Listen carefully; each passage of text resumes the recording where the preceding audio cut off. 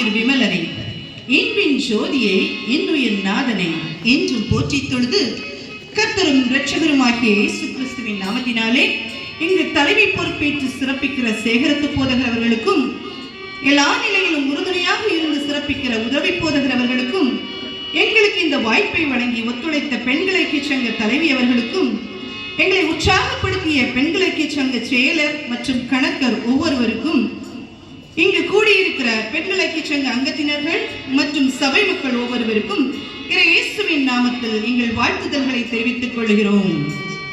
இப்போதும் ஞானத்தோடு, தன்னடக்கத்துடன், பரிசுத்தம் மற்றும் தைரியத்தோடு ஒரு குணசாலியான புத்திசாலியான பெண்ணாக செயல்பட்ட அபிகாயிலை குறித்து இசைவழி செய்தியாக உங்கள் முன் படைக்கலாம் என ஆசிக்கின்றோம். இதை ஒரு நிகழ்வாக மட்டும் எடுத்துக்கொள்ளாமல் சொல்லப்படுகிற ஒவ்வொரு காரியங்களையும் நம் வாழ்க்கையோடு சேர்த்து ஆராய்ந்தால் நிச்சயமாக இது மிகவும் பிரயோஜனமாக இருக்கும். தேவ பிரசன்னத்தோடு அமர்ந்து இந்நிகழ்வை காண்போம், கேட்போம்.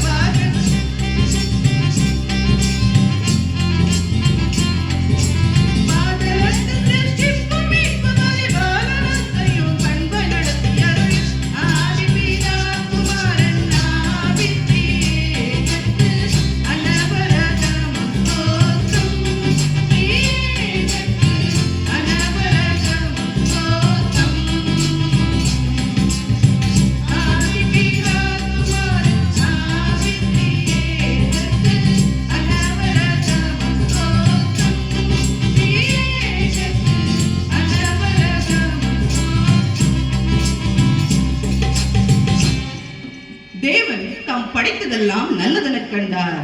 மனிதனோ அந்த நல்லதை தீயதாக மாற்றினான். தேவன் மனிதனை சுயாதீனம் உள்ளவனாக படைத்தார். மனிதனோ சுயாதீனத்தை கெடுத்துக் கொண்டான். திராட்சை பழ ரசத்தை இனிமையாக தந்தார். மனிதனோ அந்த பழத்தின் ரசத்தை மதுவாக்கினான். மனிதனின் அபார புத்தியை, இந்த அகோர புத்தியை என்னென்று சொல்வது? போதை அது வாதை, குடி குடியை கெடுக்கும், புகை நமக்கு பகை. போதை, புகை உடல் நலத்திற்கு தீங்கு என்ற எச்சரிப்பை கண்டும் போதைக்கு அடிமையாகிறவனை என்னென்று சொல்வது? போதை தரும் பொருளுக்கு மது என்று பெயர். மா து, மகிழ்ச்சியில் தொடங்கி துன்பத்தில் முடிவதால் தானோ இப்பெயர். சும்மா ஜாலிக்காக குடிக்கிறேன் என்பவர் உண்டு, நண்பனின் கேலிக்காக குடிப்பவனும் உண்டு. உடல் சோர்வு நீங்க குடிக்கிறேன் என்பவர் உண்டு, வற்புறுத்தலுக்காய் குடிக்கிறேன் என்பவரும் உண்டு. வீட்டுக்குள் குடிப்பவரும் உண்டு, வீதியில் குடிப்பவரும் உண்டு. பாற்றியில் குடிப்பவரும் உண்டு, குடித்துவிட்டு தார் ரோட்டினிலே படுப்பவரும் உண்டு. குடித்தும் தெளிவுடன் இருப்பவரும் உண்டு, குடித்த பின் தெருவெல்லாம் நடிப்பவரும் உண்டு. தந்தைக்கு தெரியாமல் குடிப்பவரும் உண்டு, தந்தையும் மகனுமாய் குடிப்பவரும் உண்டு. தன் காசில் குடிப்பவரும் உண்டு, பிறர் காசில் குடிப்பவரும் உண்டு. பணக்காரன் பாருக்குள் குடிக்கிறான், இளவேதனன் காருக்குள் குடிக்கிறான், ஏழையவன் வீதியில் குடிக்கிறான். குடிப்பவன் நிற்கிறான் கியூ, அதனால் தான் அவன் வாழ்நாட்களோ பியூ. என் கணவன் குடிக்கிறான் என துடிப்பவரும் உண்டு, என் கணவன் குடித்தாலும் அடிக்க மாட்டான் என்று அமைதி கொள்பவரும் உண்டு. குடிப்பவரில் 3 வகை உண்டு. 1, அளவுக்கு அதிகமாய் குடிப்பவர்கள். 2, அளவுடன் தருணம் பார்த்து குடிப்பவர்கள். 3, அளவின்றி சரளமாய் குடிப்பவர்கள்.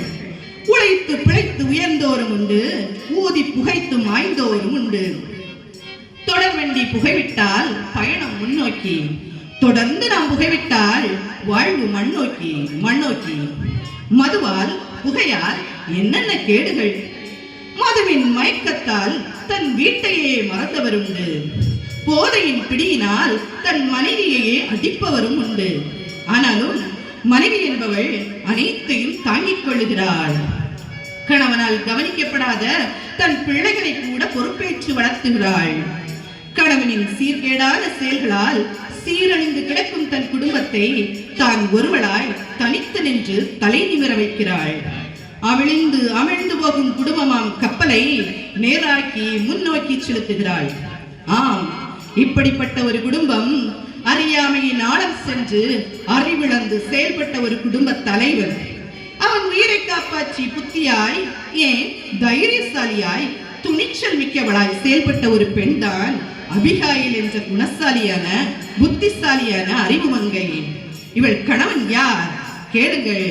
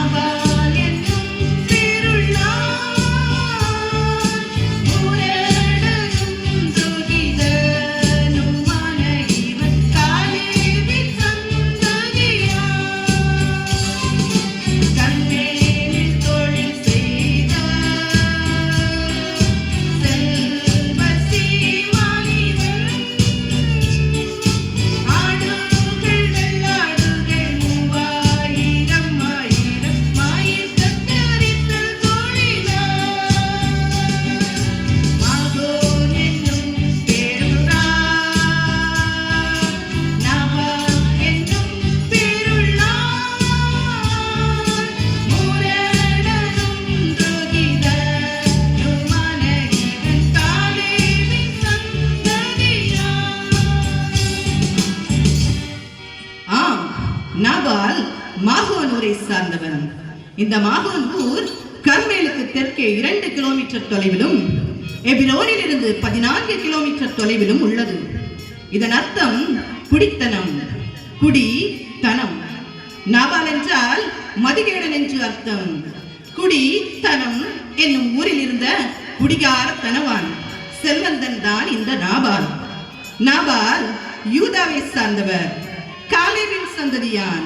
இவன் நாட்டு மந்தைகள் கர்மேலில் இருந்தன. 3000 ஆடுகள், 1000 வெள்ளாடுகள் கொண்ட செல்வ சீமான் தான் இந்த நாபால். மயத்து திரிக்கும் தொழிலை செய்து வந்தார். எண்ணிறந்த வேலைக்காரரும் இவரிடம் இருந்தனர்.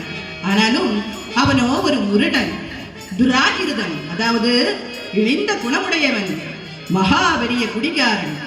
சம்பாத்தியத்தில் பெரும் பகுதியை குடித்தே அளித்தவன். இப்படிப்பட்ட நாபாலுக்கு ஒரு மனைவி இருந்தாள். அவள் யார்? எப்படிப்பட்டவள்? கேளுங்கள்.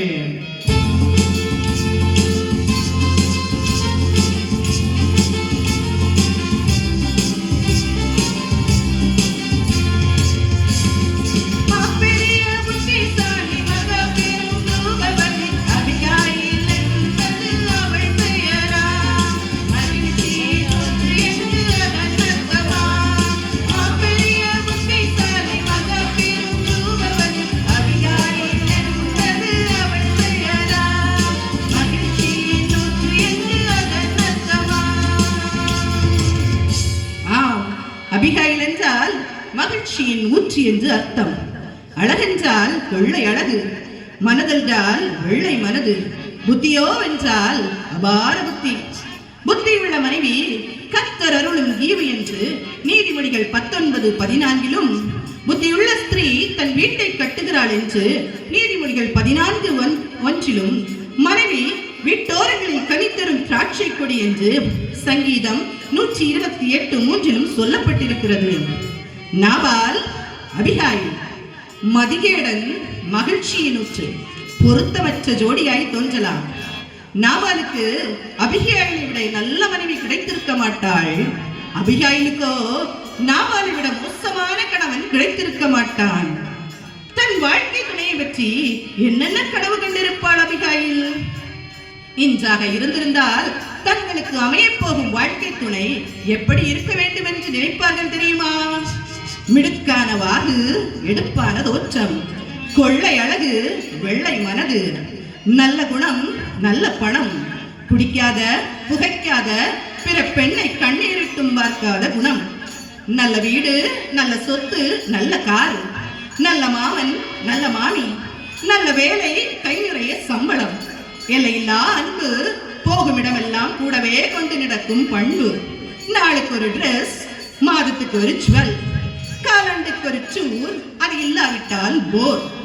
இதெல்லாம் இருந்தால்தான் வாழ்க்கையே ஆகும் ஜோறு என்று நினைப்பவர்கள் தான் இன்று அதிகம். அபிகாயிலும் கனவு கண்டிருப்பாள் அல்லவா? கனவெல்லாம் சுக்கு நூறாய் உடைந்து போயின. ஆமா, அபிகாயில் எப்படி இவருக்கு மனைவியானாள்? பணம் பார்த்து பெற்றோர் மணமுடித்தனரோ? இல்லை, குடும்பம் ஏழ்மையானதால் பணக்காரனின் குணம் பாராமல் கொடுத்தனரோ?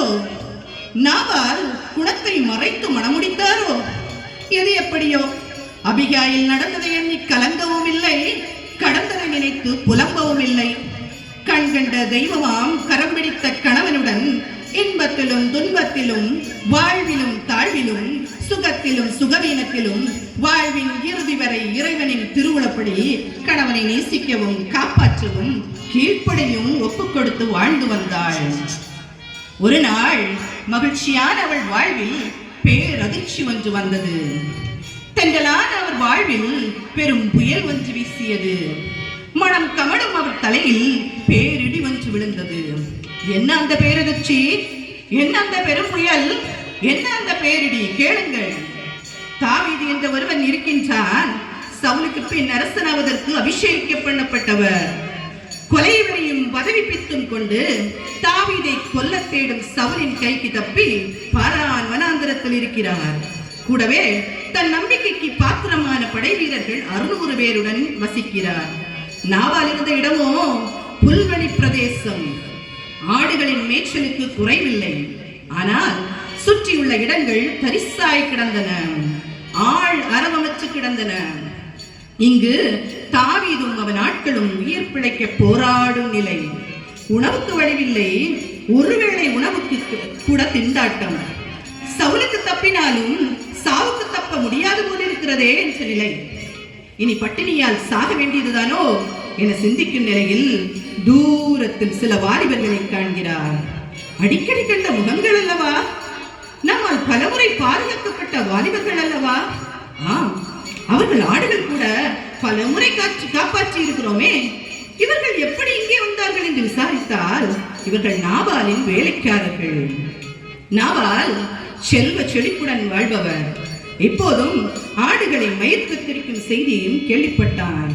எனவே தாவீது தன் படையாட்களில் 10 வாலிபரை அழைத்து சொன்னார், என்ன சொன்னார் தெரியுமா?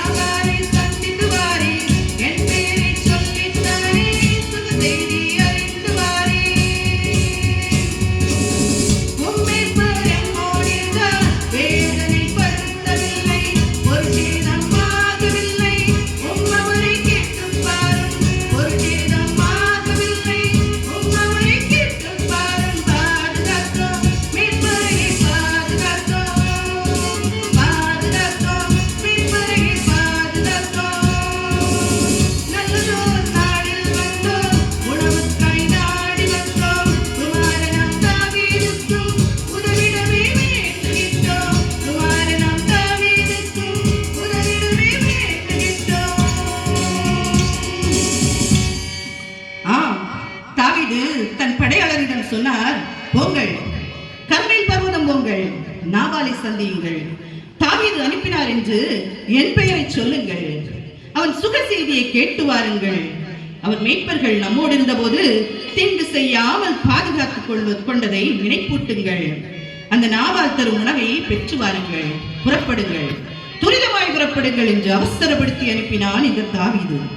இப்போது கர்மேல் நோக்கி புறப்பட்ட வாலிபர்கள் நாபாலிடம் சென்று இவைகளை அப்படியே கூறினார். பின்னர், ஐயா, நாங்கள் வந்த காரியத்தை சொல்லுகிறோம். எங்களுக்கு உன் கண்களில் தயவு கிடைக்க வேண்டும். நல்ல நாளில் வந்திருக்கிறோம்.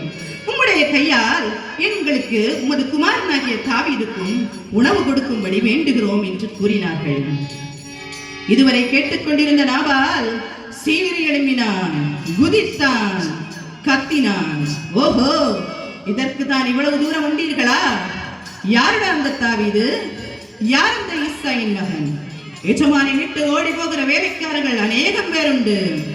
என் அப்பத்தையும் தண்ணீரையும் இறைச்சியையும் சொந்த ஊர் தெரியாத ஒருவனுக்கு கொடுப்பதா என்று மது போதையில் இருந்த நாபால் மதிகெட்டு பேசினான். போங்கடா, நீங்களும் தாவீதும் ஓடுங்கடா என்று கூறி வாலிபரை திட்டி அனுப்பிவிட்டான். மது போதையால் தன் நிலையை இழந்தான்.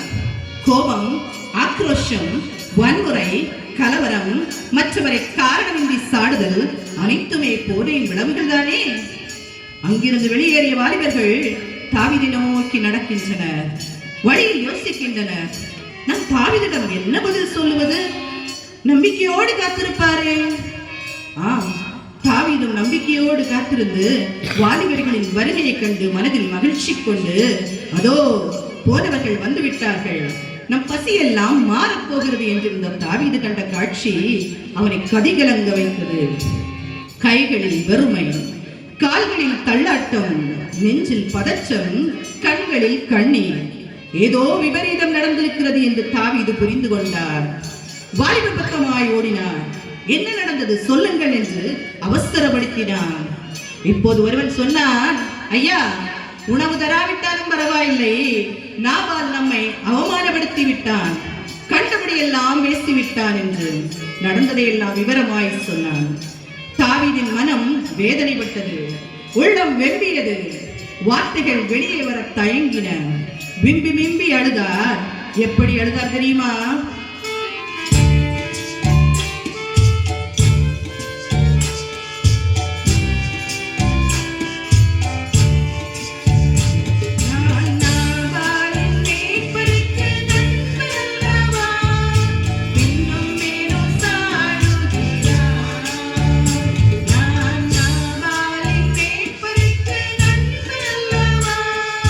பின்னும் மேலும்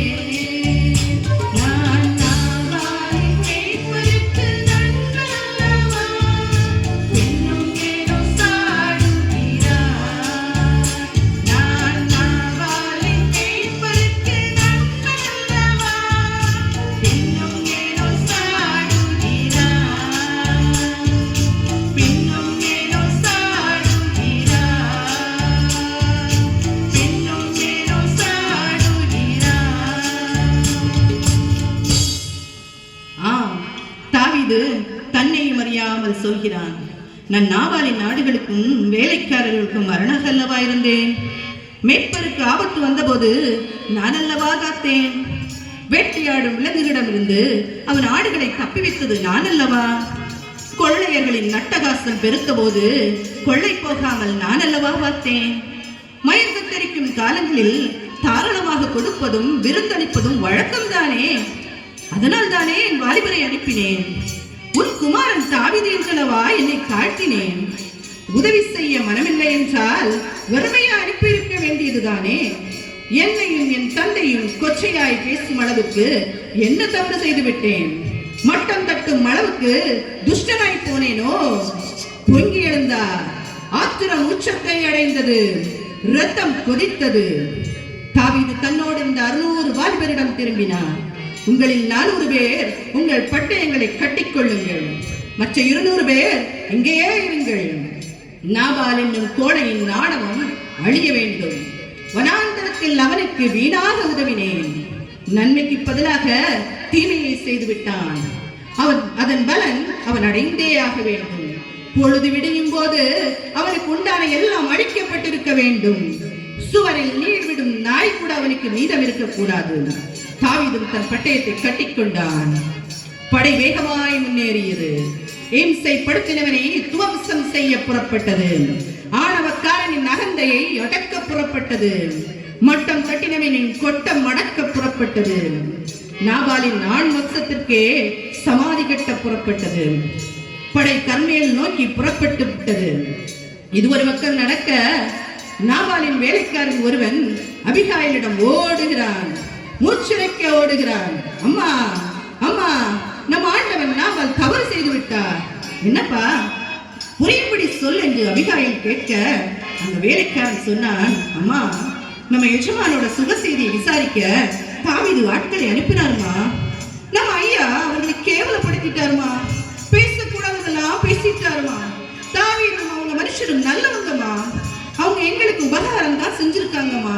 நம்ம பொருட்களையும் ஆடுகளையும் பத்திரமாய் பாதுகாத்திருக்காங்கம்மா. அம்மா, நம்ம எஜமான் பேலியாளின் மகன் ஆகிவிட்டாரு என்று கதறினார். ஓ, அபிகாயில் செய்வதறியாமல் என்ன செய்வதென்று புரியாது நின்றாள். துடித்தெழுந்தாள். காலம் தாட்டினால் பலர் காலமாய் போவார்களே. பொறுமையாய் இருந்தால் பலர் எருவாகி போவார்களே. நிதானமாய் இருந்தால் பலர் நிந்தனை அடைவார்களே. அபிகாயில் தீவிரமாய் யோசித்தாள். தீவிரமாய் செயல்பட்டாள்.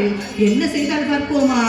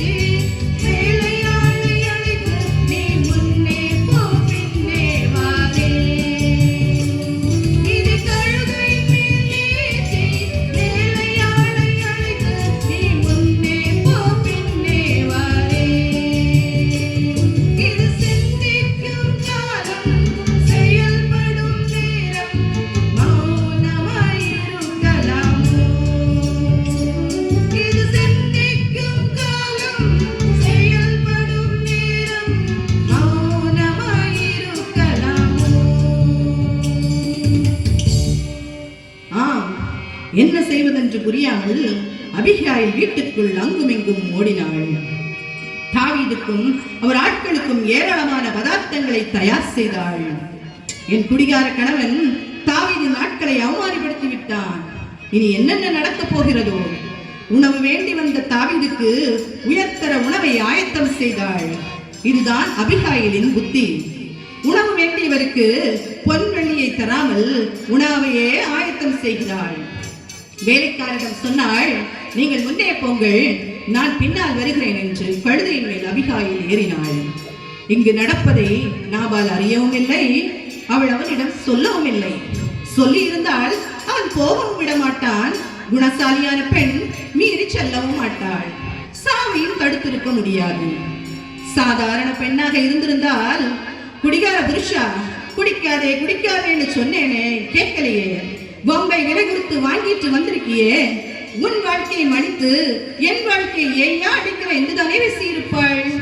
ஆனால் அபிகாயிலோ பண்புள்ளவள், படித்தவள், அடக்கமுள்ளவள், அர்ப்பணித்தவள், பகுத்தறிவு உள்ளவள், சிந்திக்க தெரிந்தவள். ஏன் இப்படி ஒரு கணவனை தந்தீர் என்று கதறவில்லை. ஏன் இப்படி ஒரு மதிகேடனை, குடிகாரனை தந்தீர் என்று கேட்கவும் இல்லை. நான் என்ன பாவம் செய்தேன் என்று புலம்பவும் இல்லை. தாவீதை நோக்கி புறப்பட்டு விட்டாள். உணவுப் பொருட்களோடு மலையின் மறைவில் இறங்கி வரும்போது தாவீதையும் அவன் மனுஷரையும் எதிராக வர கண்டாள். கண்டவள் கழுதை விட்டு இறங்கினாள். தாவீதை நோக்கி ஓடினாள். தாளடியாய் தரையில் முகம் குப்பர விழுந்து பணிந்தாள், கெஞ்சினாள். என்ன கேட்டாள் தெரியுமா?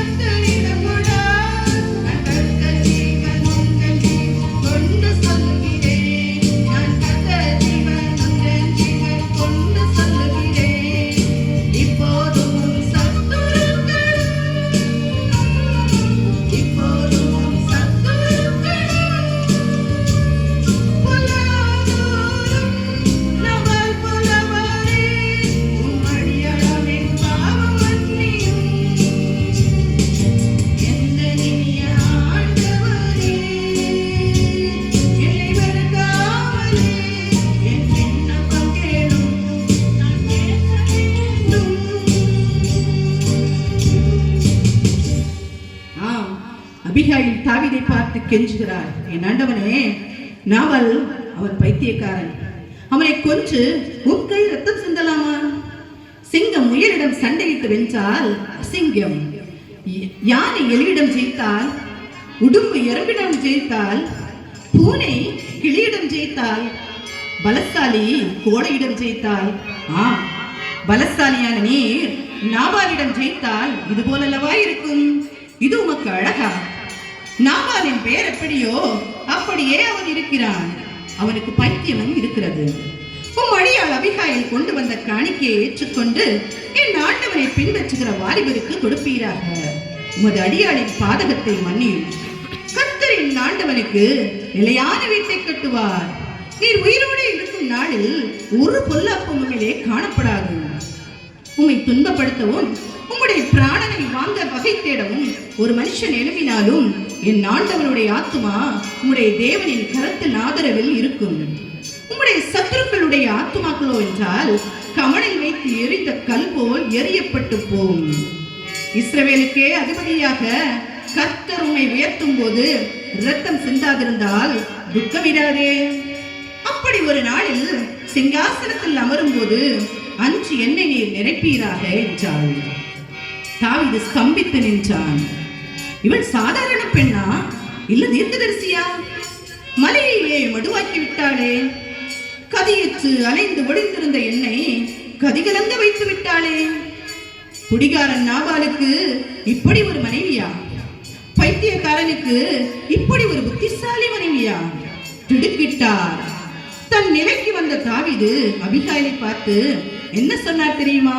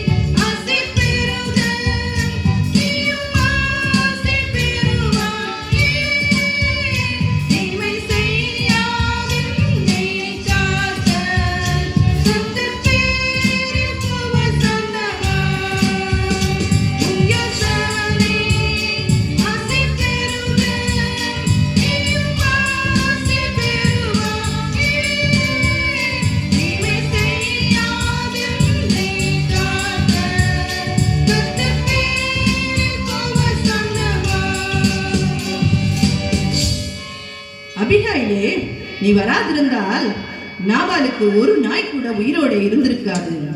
உனக்கு எந்த தீங்கும் வராது, தைரியமாய் போ என்று கூறினார்.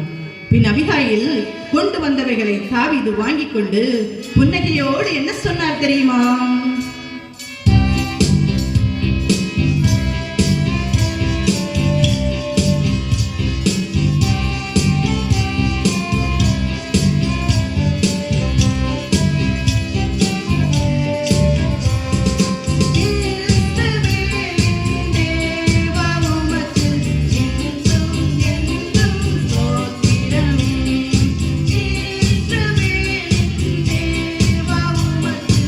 Into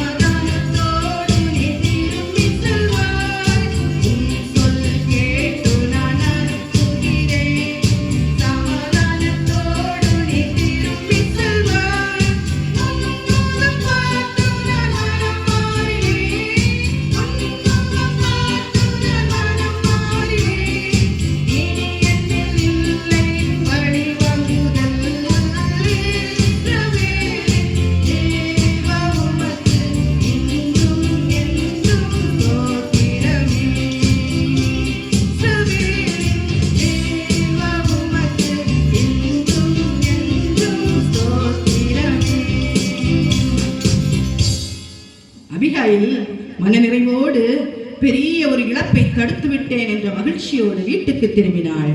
எதற்கு தெரியுமா? நடந்ததையெல்லாம் தன் கணவனிடம் சொல்ல ஓடுகிறாள். மனதில் பல சிந்தனைகளோடு, நீங்கள் செய்த காரியத்தால் வந்த பிரச்சனையை நான் தீர்த்து விட்டேன் என்று சொல்ல, கொல்ல வந்த தாவீது சொல்லில் கட்டுப்பட்டு நின்றதை, புலி போல் வந்தவர் பூனை போல் பதுங்கியதை, ஆண் வர்க்கத்தை அழிக்க வந்தவனே பெண்ணாகிய நான் மனமாற்றியதை, வீழ்த்த வந்தவர் வாழ்த்தி சென்றதை சொல்லி மகிழ ஓடினாள்.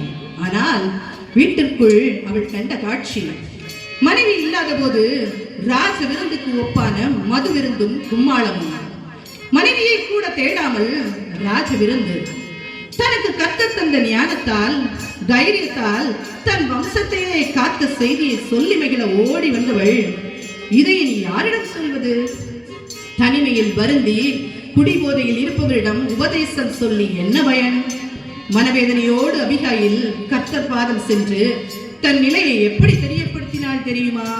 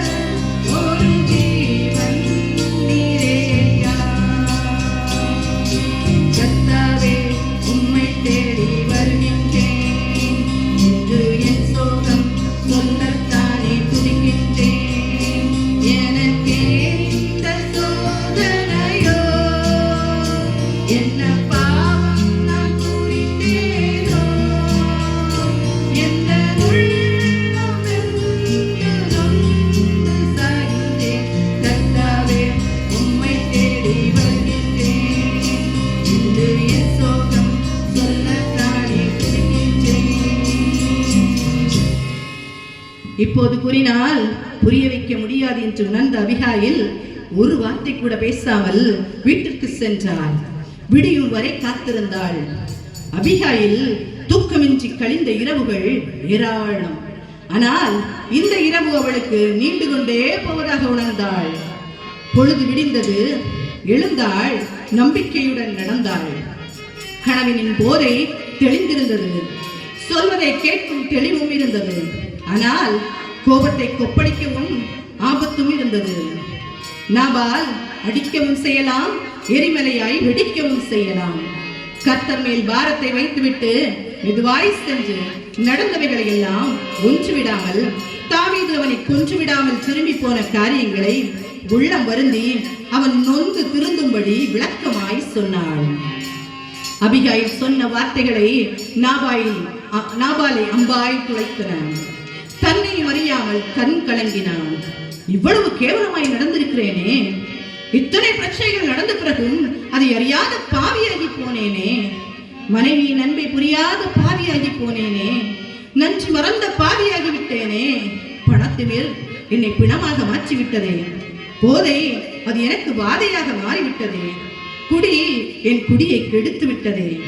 இதுவரைக்கும் வருத்தம் என்ன என்பதை அறியாதவன், குடும்பத்தை பற்றி நினையாதவன், மனைவியின் வாழ்க்கை பங்காளியாய் எண்ணாதவன், இப்போது கண்ணீர் விட்டு கதறுகிறான், இதயம் நொந்து விம்புகிறான். எத்தனை காலத்தை வீணாக்கினேன், போன காலம் திரும்பி வருமா? வராதே. பின்னோக்கி சென்று வாழ்வை தொடர முடியுமா? முடியாதே. இதயம் ஸ்தம்பித்தது, உடல் உறுப்புகள் செயலிழந்தது, சரீரெல்லாம் வியர்த்து கொட்டியது, கால்கள் தடுமாற்றம் கண்டது. பேச்சு மூச்சின்றி அவன் இருதயம் அவனுக்குள் சேர்த்து கல்லாகி போனான். படுத்த படுக்கையாய் படுத்தான். என்ன, கர்த்தர் அவனை வாதித்தார். 10வது நாள் அவன் செத்து போனான். இப்போது அபிகாயில் தன் உறவை இழந்து தனிமரமானாள். இன்றும் மது போதையால் அமைதி இழந்த குடும்பங்கள் எத்தனை? மதுவினால் இழப்பு வந்து தனிமரமாய் நிற்கும் பெண்கள் எத்தனை? கணவனை இழந்து துடிக்கும் சகோதரனே, துடிக்கும் மனைவியை, வாழ துடிக்கும் பிள்ளைகளை நினைத்தாவது திருந்துவாயா? வாழ்க்கை வாழ்வதற்கே, ஆனால் எப்படியும் வாழ்வதல்ல, இப்படித்தான் வாழ வேண்டும் என்பதற்கே.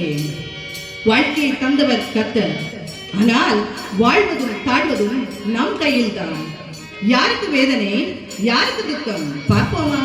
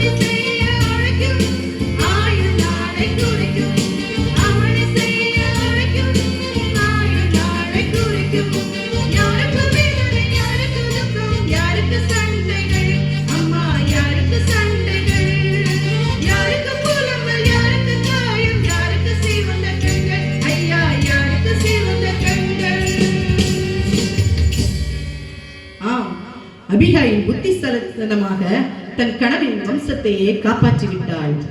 அபிகாயிலில் பாராட்டப்பட வேண்டிய குணங்கள் என்ன? 1, பெண் புத்தி, அது பெண் புத்தி என்று கூறுவர்.